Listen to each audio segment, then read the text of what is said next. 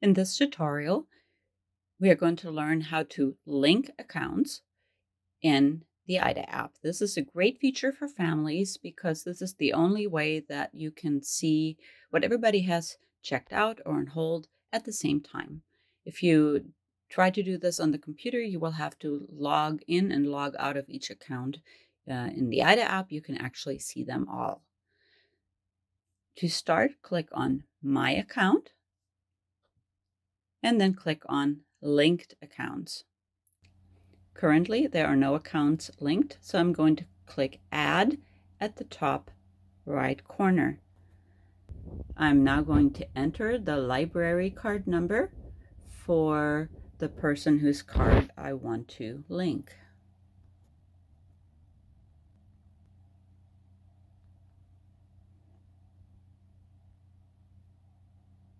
Now click Link.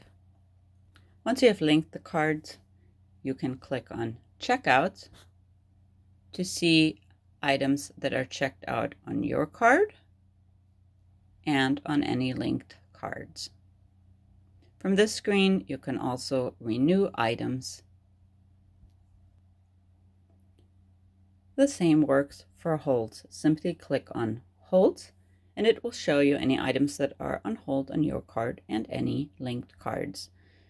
You can see if your holds have come in which case it will say held. All my holds are currently pending. You can also click on an item to either change the pickup location, suspend the hold if you're going on vacation, or cancel the hold. And that's all there's to linking accounts on IDA.